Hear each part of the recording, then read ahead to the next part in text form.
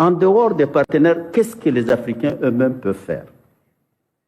600 millions d'Africains ne connaissent pas ce qu'on appelle l'électricité. Comment on peut se développer? Comment on peut se développer dans ces circonstances? Il y a 20 ans, j'étais Premier ministre du Tchad. J'ai reçu une mission de la Banque mondiale.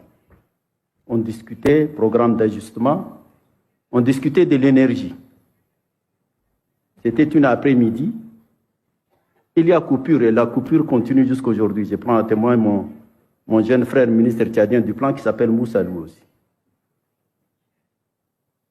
J'ai dû recourir à une lampe torche pour finir la réunion et j'ai remis cette lampe torche au chef de mission de la Banque mondiale qui est venu discuter de la situation d'un programme au Tchad.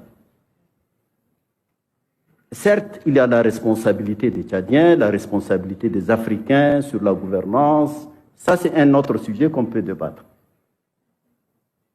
Mais les programmes, les schémas conçus ailleurs pour sortir l'Afrique du sous-développement n'ont pas marché et ne marcheront pas. On a cru peut-être naïvement à un plan Marshall pour l'Afrique, ça ne viendra pas. L'Afrique n'est pas en paix. Moi, je suis venu hier de Bamako.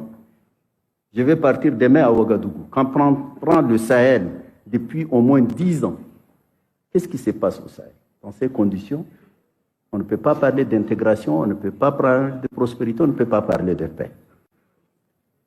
Et donc, l'une des premières choses est de se convaincre soi-même, en tant que leader africain, de la nécessité de revoir complètement notre façon de voir et de nous assumer de manière solidaire.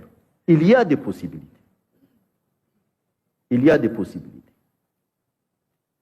Un pays comme le Tchad, que je connais le mieux, parce que c'est mon village, il a 114, et peut-être le ministre va actualiser, 114 millions de têtes de bétail. Il n'y a pas de fromage au Tchad. Il n'y a pas de lait pasteurisé au Tchad, parce qu'il n'y a pas d'énergie, parce qu'il n'y a pas de route. J'ai étudié dans un pays de l'Afrique centrale où la viande congelée vient d'Argentine. Elle se coupe à la scie électrique jusqu'aujourd'hui.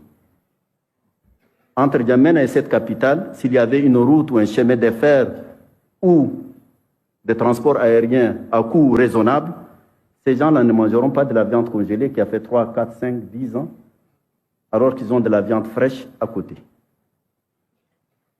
Ça, ce sont les contradictions que nous vivons, et nous vivons depuis nos indépendances.